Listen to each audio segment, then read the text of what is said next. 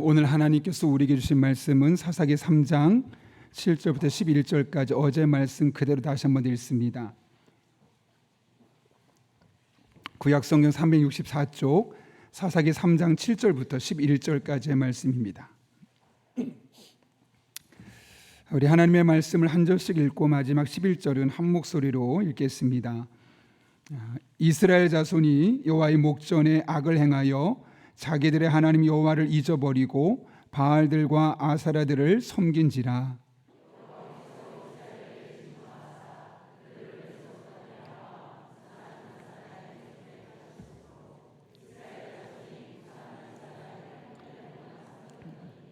이스라엘 자손이 여호와께 부르짖음에 여호와께서 이스라엘 자손을 위하여 한 구원자를 세워 그들을 구원하게 하시니 그는 곧 갈렙의 아우 그나스의 아들 온니엘이라.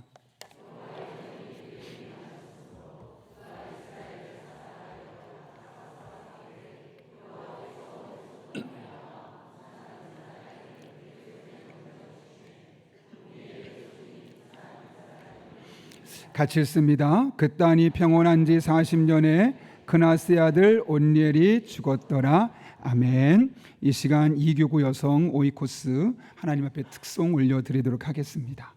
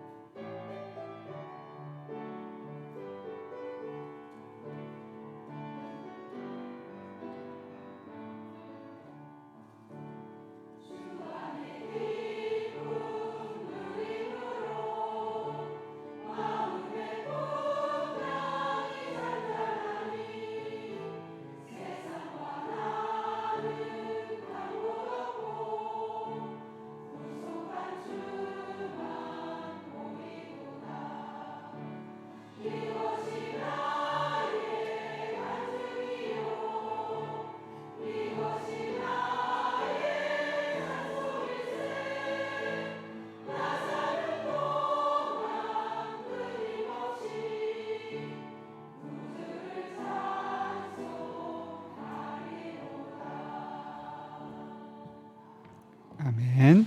네, 우리 이교구 분들에게 이런 찬송 고백이 날마다 고백될 수 있기를 다시 한번 들어갈 때까지 박수로 축복하시겠습니다.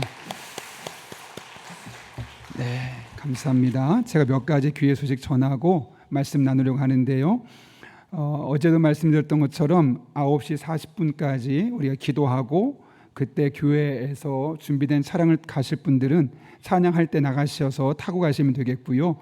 10시까지 한 번 더 기도하는 시간을 가지려 합니다. 그래서 깊게 오랫동안 기도하기를 원하시는 분이 10시까지 하시고 교회 차량을 타고 가기를 원하시는 분은 9시 40분에 나가시면 되겠습니다. 그리고 내일만 수요 기도회가 보통 7시 반에 하는데 우리 이 일주일 동안 기도회를 맞춰서 8시에 진행해서 평일과 우리 기도회 기간 동안은 차량 운행도 동일하게 진행하도록 하겠습니다.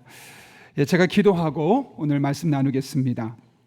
거룩하신 아버지 하나님, 어제는 1교구 여성 오이코스 멤버들이, 오늘은 또 2교구 오이코스 멤버들이 하나님 앞에 찬양으로 영광 올려드렸습니다.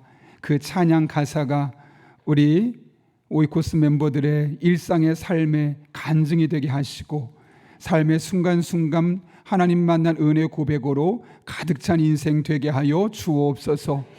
오늘도 하나님의 은혜를 삼하며 이 자리에 나온 손길들을 일일이 기억하여 주시되 예물을 드리고 그 예물 앞에 기도 제목을 내어놓고 하나님의 은혜를 목마른 사슴 시냇물을 찾듯 갈급한 심령으로 나온 자들이 있습니다. 하나님, 그 마음의 기도와 소원을 들어주시고 하나님이 하셨습니다. 하나님의 은혜입니다. 끊임없이 간증하는 복된 삶으로 세워주옵소서.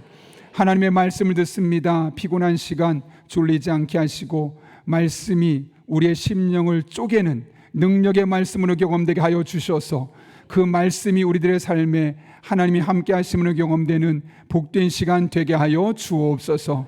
함께 하실 줄을 믿사옵고 예수님의 이름으로 기도합나이다. 아멘. 말씀 전하기 앞서 잠깐 제가 한 가지 이야기하면 어제랑 목소리가 조금 달라졌죠. 옛날 생각하고 제가 이렇게 힘있게 여러분하고 이렇게 기도를 했는데 아무래도 조금 이렇게 목이 예전 같지 않은 것 같습니다. 그래서 오늘은 어제만큼은 하지는 않겠지만 그래도 우리가 같이 하나님의 말씀을 나누며 이렇게 했으면 좋겠고요.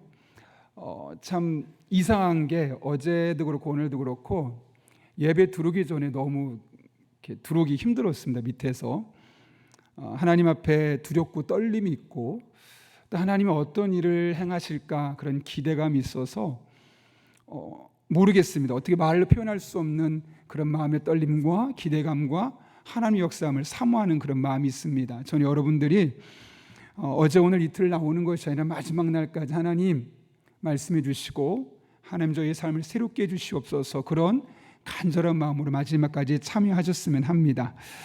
그럴 때 여러분 한 분 한 분에게 예비되신 은혜가 경험될 수 있기를 예수님의 이름으로 축복합니다.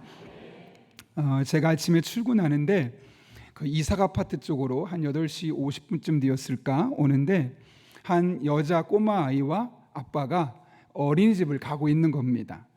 근데 저 같은 경우는 차로 이쪽으로 오고 있고 그 부모님과 아이는 저쪽으로 가고 있는 거죠. 제 차를 보더니 꼬마 아이가 약간 긴장한 듯이 자리에 딱 멈춰 섭니다. 아마도 차를 보고 나서 겁이 났던 것 같습니다. 그 순간 아빠가 아이의 손을 꽉 잡더니 벽 쪽으로 싹 돌립니다. 그럴 때는 좀 전까지만 해도 긴장했던 그 아이 얼굴이 펴지더니 아빠의 손을 잡고 아무렇지 않게 앞으로 지나가더라고요. 좀 전까지만 해도 차 옆에 도저히 갈 수 없을 것 같았던 아이의 표정이 순식간에 바뀌면서 언제 겁먹었느냐라는 듯이 앞으로 아무렇지 않게 걸어가는 것이었습니다. 그 모습을 보면서 어쩜 이것이 신앙생활이 아닐까 생각했습니다. 살다 보면 두려운 순간들이 있죠. 걱정되는 때가 있습니다. 다양한 결정을 내리기에 앞서서 주저함이 앞설 때가 있습니다. 대학 입시를 준비하는 자녀를 둔 부모가 그렇지요.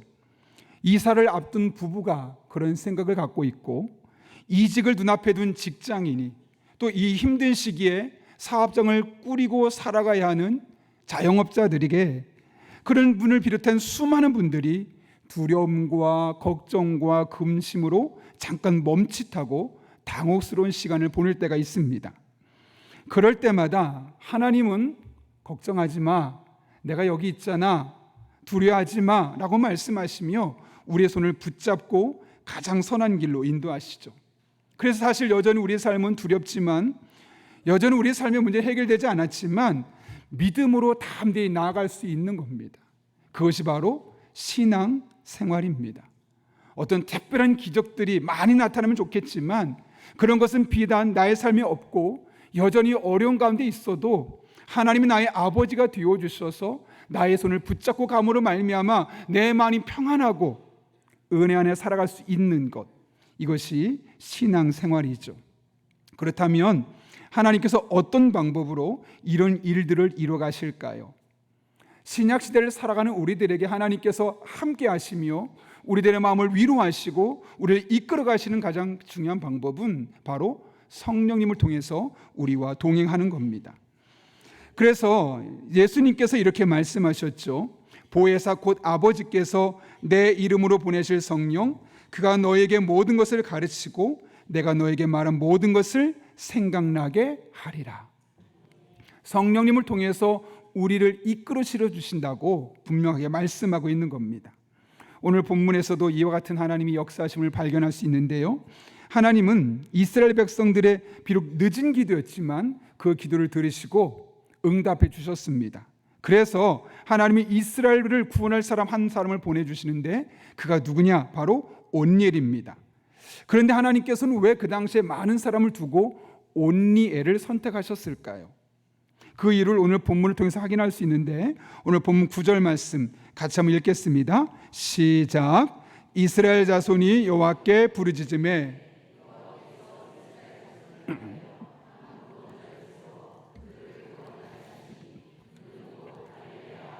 그나스의 아들 온니엘이라. 아멘. 오늘 9절 말씀 보게 되면 온니엘을 일컬으면서 갈렙의 아우 그나스의 아들이라고 소개합니다. 일반적으로 성경에서는 어떻게 하냐면 그의 부모님 정도까지 소개합니다. 그냥 그나스의 아들 온니엘, 이것이 일반적인 성경의 소개 방법인데 오늘 본문은 갈렙의 아우라는 사실을 덧붙이고 있죠. 왜냐하면 그 당시에 많은 온니엘이 있었지만 여기 나오는 온니엘은 갈렙과 연관이 있는 온니엘이다라는 사실을 말씀하기 위한 겁니다. 여러분 잘 아시는 것처럼 사사기 1장을 보게 되면 갈렙이 드빌이라는 성을 점령하려고 합니다. 그런데 아무도 앞장서려 하지 않죠.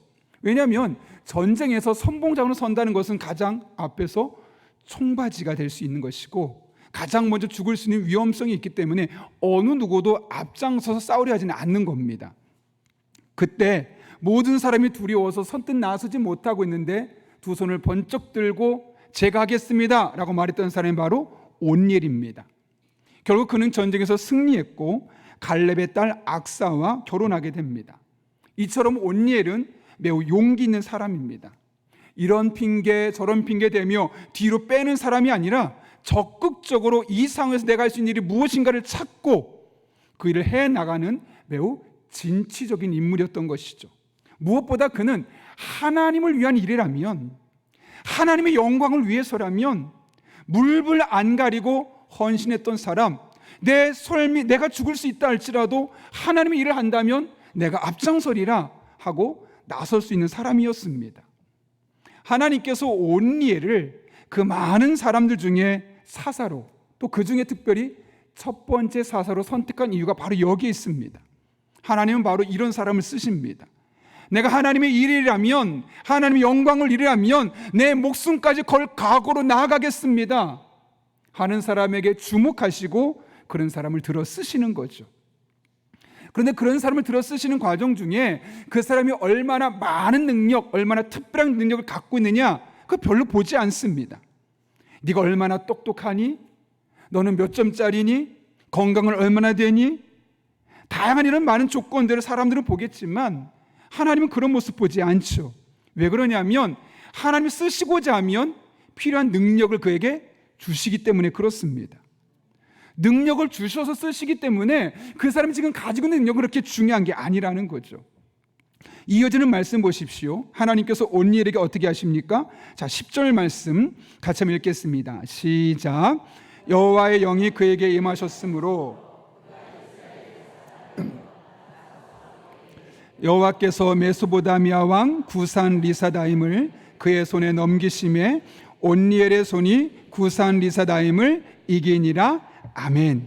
하나님께서 어떻게 하셨다고요? 온니엘에게 성령을 부어 주셨다고 말씀합니다. 그가 사사가 될 수 있었던 것은 그 자신의 탁월한 능력을 갖고 있었기 때문이 아니라 하나님께서 능력을 부어 주셨고, 그래서 그가 사사가 되었다라고 말씀합니다. 그래서 그가 구산 리사다임과의 전쟁에서 승리할 수 있었다는 것이죠.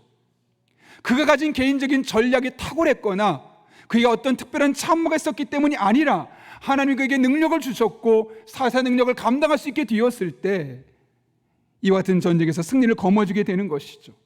이렇게 하나님은 사람을 부르시고 그 사람을 쓰시고자 하면 필요한 능력들을 채워주십니다.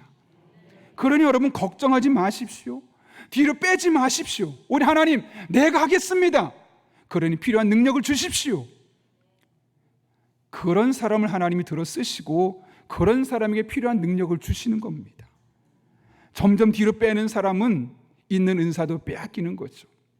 그래서 하나님께서 그런 사람에게 반드시 필요한 능력을 주시는데, 그렇다면 우리가 하나님의 나라의 일꾼으로서 하나님의 영광에 살아가기 위해서 우리가 구할 능력은 무엇일까요?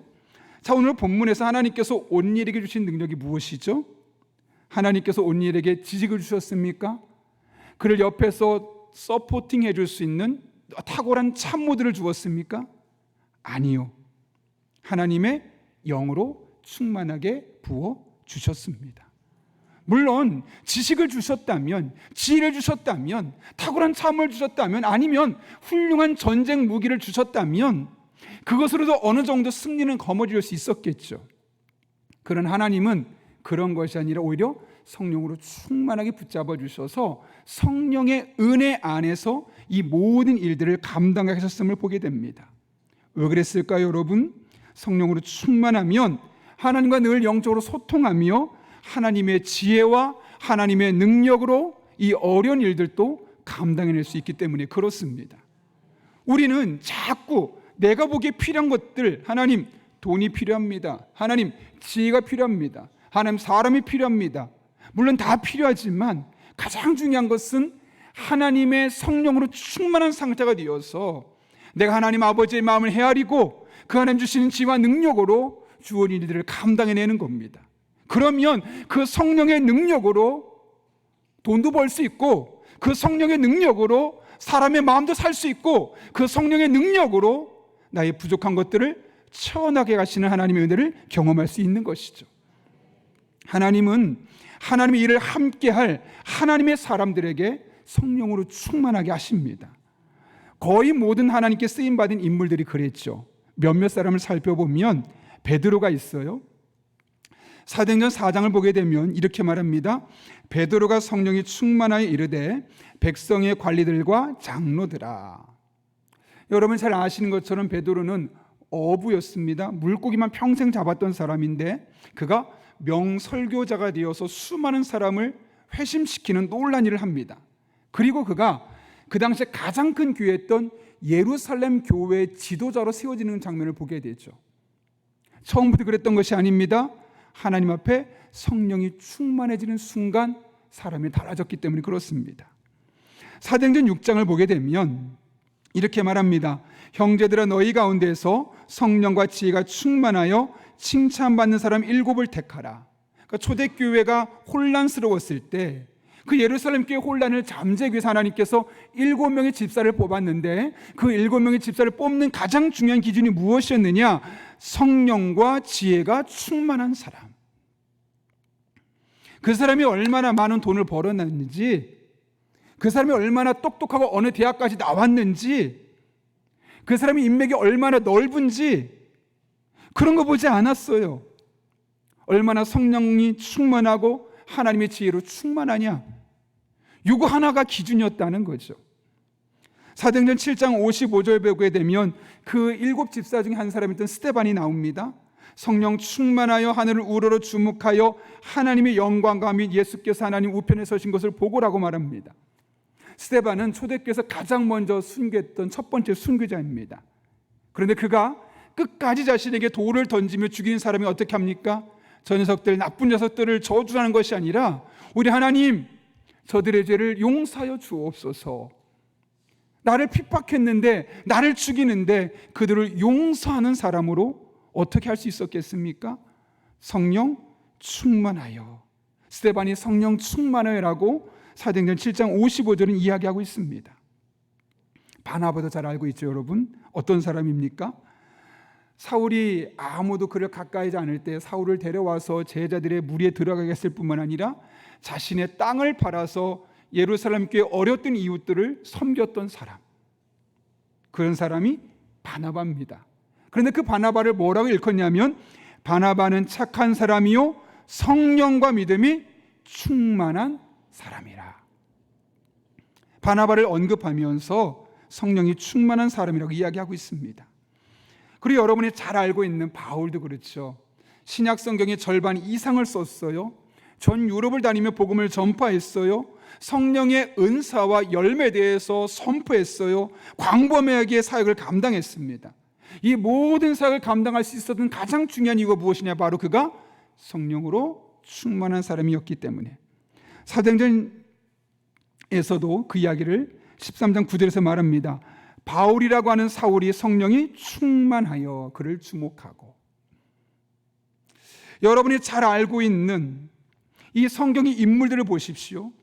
하나님께 쓰셨던 그 인물들은 한결같이 성령으로 충만함을 경험하고 그 하나님의 성령으로 충만한 가운데 하나님의 뜻을 깨닫고 하나님의 뜻을 이 땅에 심어갔던 사람들이었음을 우리는 확인할 수 있는 겁니다. 예수님도 그랬습니다.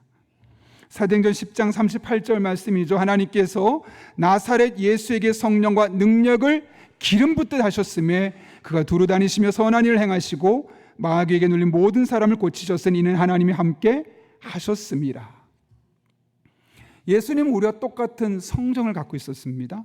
그런데 그분이 이런 능력 있는 사역을 감당할 수 있었던 일이 무엇이라고 말씀하냐면, 하나님께서 성령과 능력을 기름 붓듯 부어주셨기 때문에, 그리고 그 성령이 늘 하나님 예수님과 동행했기 때문에 이와 같은 놀라운 일들을 감당하셨다는 거죠. 그래서 예수님께서 뭐라고 말씀하시냐면, 이 성령의 능력을 경험해 보셨기 때문에 떠나시면서 제자들에게 이 성령의 은혜가 아니면 예루살렘을 떠나지 말라고 말씀하셨던 겁니다. 반면에 사도행전을 보면 에베소에 아볼로라는 사람이 있었어요. 이 사람에 대해서 뭐라고 말하냐면, 알렉산드리아 출신으로 언변이 좋고 성경에 능통했다 그래요. 그래서 그가 사람들에 대해서 예수님에 대해서 막 전하고 있는 거죠. 그런데 그에게 한 가지 문제가 있었어요. 뭐냐면, 물로 받는 세례는 알았지만 성령 세례, 즉 성령의 충만함, 성령이 임할 때 어떤 은혜가 있는지를 그는 경험하지 못했던 거예요. 그래서 그냥 성경 지식만 전하고 있었죠. 하나님 보시기에 얼마나 안타까웠는지 이 아볼로가 성경 공부하는 그 자리에 브리스길라와 아굴라라는 사람을 보내서 그에게 더 자세하게 하나님의 말씀을 풀어주었다라고 이야기를 하고 있습니다. 많은 성경 지식이 언변이 좋은 것이 하나님의 능력 안에 거하는 것이 아니라 성령에 대한 능력을 알게 될 때, 성령 충만하게 될 때 그 언변이 좋은 것이, 성경에 능통한 것이 중요한 도구로 쓰임받을 수 있었기에 하나님께서 그렇게 아볼로에게도 역사해 주신 것이죠. 그래서 우리는 늘 성령 충만을 가장 중요한 영적인 원리로 삼아야 하는 것이죠. 찰스 스탠리 목사가 쓴 성령 충만의 법칙이라는 책이 있어요. 아주 쉬운 책인데, 기계가 잘 작동하려면 윤활유가 필요하지 않겠습니까? 우리들의 인생이 잘 작동하려면 인생에도 윤활유가 필요하고 신앙에도 윤활유가 필요한데, 그것이 바로 성령이라는 거예요. 이 책의 요점은 아주 단순합니다.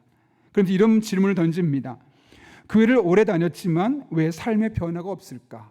이렇게 답답한 삶을 살아가는 그리스도인들에게, 이렇게 신앙 무기력증에 빠지는 그리스도인들에게 왜 그렇게 되느냐?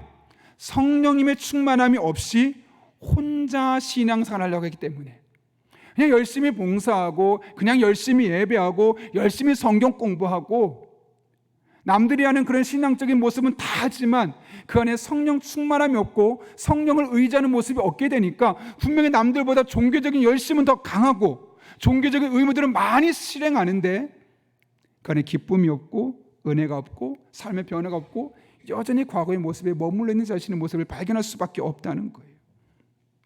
그러면서 말하기를 크리스천의 삶이 변하기 위해서는 성령 충만이 꼭 필요하다. 필요해도 되고 안 해도 되는 것이 아니라 꼭 필요한 것임을 말씀하고 있는 것이죠.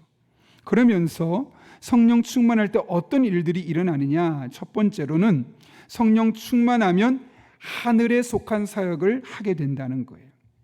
두 번째로는 잠자던 나의 능력이 깨어난다는 거죠. 세 번째로는 습관화되었던 태도와 가치관이 깨진다는 거예요. 네 번째로는 하나님의 능력과 권위를 체험할 수 있다는 거죠. 다섯 번째는 나보다 남을 더 먼저 생각하는 이타주의적인 삶을 살아갈 수 있게 된다는 거예요. 여러분, 성령 충만하다는 것은 단순히 어떤 벅찬 감정, 그런 카타르시스만을 의미하지 않습니다. 우리의 일상의 삶에서 하나님과 동행하며 그분의 뜻을 찾아가는 삶을 말하는 것이고, 그 결과 매우 실제적이고 구체적으로 우리들의 삶에 하나님의 능력이 나타나는 겁니다. 똑같은 사역을 하지만 하나님의 뜻을 따라 하나님의 하늘의 사역을 감당하고 잠자고 있었던 나의 능력이 더욱더 성령의 능력으로 활성화되고, 이건 습관이야, 도무지 바뀔 수 없어 라고 말했던 그것들이 나도 모르는 사이에 바뀌고 나의 인격과 삶을 송두리째 변화시켜주는 놀라운 능력이라는 것이죠. 그래서 일상의 삶에서 하나님의 능력을 체험하고 무엇보다 하나님의 사랑으로 다른 사람들을 사랑할 수 있는 그런 은혜가 성령 충만할 때 우리들의 삶에 부어질 수 있다는 거예요. 그렇다면 여러분, 정말 성령 충만할 때 그런 은혜가 우리들의 삶에 있을 수 있다면 성령 충만한 우리들에게 못할 일이 있을까요? 눈 꼭 감고 화내고 싶지만 한번 참는 거 불가능할까요? 내 성격 나는 원래 그래, 내 스타일이야 라고 말했던 건 바뀔 수 없는 걸까요? 인간 우리들에게, 성령 충만한 우리들에게 한계는 없는 거예요. 하늘의 일도 감당할 수 있고요, 나의 잠잤던 능력이 깨어나기 때문에 그렇고요, 나의 습관과 사고방식과 가치관을 송두리째 바꿔주기 때문에 그렇고요, 가장 중요한 것은 하나님의 능력을 우리가 경험할 수 있기 때문이에요. 성령의 은사를 통해서 우리의 인격, 성령의 열매를 통해 우리 인격이 달라지고, 성령의 은사를 통해서 하나님의 능력을 경험하면서 우리들의 삶에 놀라운 변화들이 일어날 수밖에 없는 거예요. 여러분, 이 성령의 능력을 단순히 성경 속에 있는 누군가의 사건으로 보지 마시길 바랍니다. 하나님 왜 이런 말씀을 우리에게 허락해 주신 걸까요? 이 하나님 말씀이 읽는 우리가 그 하나님의 은혜를 사모하고 그 성령 안에서 이 능력을 경험하기 원해서 아닐까요? 그러면 여러분, 오늘 이후로 하나님의 성령의 충만을 사모하는 저 여러분 될 수 있기를 바랍니다. 하나님의 성령이 나의 생각과 나의 행동을 이끌어 가시도록 하나님께 간구할 수 있는 분 될 수 있기를 바랍니다. 반드시 성령으로 충만하게 하여 주실 것입니다. 성령 충만한 베드로를 쓰신 것처럼, 성령 충만한 초대교회 7 집사를 쓰신 것처럼, 바울과 바나바를 쓰시고 온니를 쓰신 것처럼 성령 충만한 여러분을 통해서 놀라운 일들을 여러분의 가정 속에 일하실 것이고, 여러분의 직장과 사업장에서 통해서 일하실 것이고, 우리 교회 안에서 여러분을 통해 일하여 주실 것입니다. 그렇게 하나님을 왕으로 삼고 그분 안에 성령 충만한 가운데 그 귀한 사명을 따라 감당하는 저 여러분 될 수 있기를 예수님의 이름으로 축원합니다. 함께 찬송하고 기도하기를 원합니다. 이 시간 하나님 앞에 찬양할 때 우리의 믿음을 고백하며 하나님 앞에 나아가겠습니다. 성령의 은혜를 사모하며 간구하며 나아갑니다. 성령이 있는